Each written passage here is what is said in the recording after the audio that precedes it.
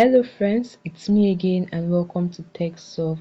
Today I'll walk you through on how to turn off live caption on your Android device. The process is easy and basic, so let's get started.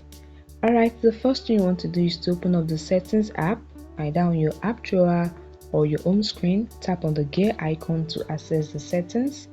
Now in the settings menu, scroll down and tap on accessibility. If you can't find the option, what you want to do is to tap on the special function, and on the special function page is where you can find accessibility, the last option. Now tap on it to open it. In the accessibility page, scroll till you find the option caption. So you can see caption and my live caption is on.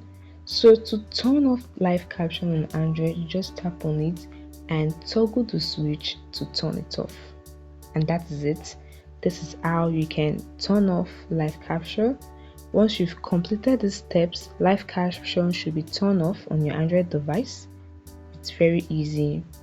If you have further questions or encounter any issues, feel free to ask in the comment section.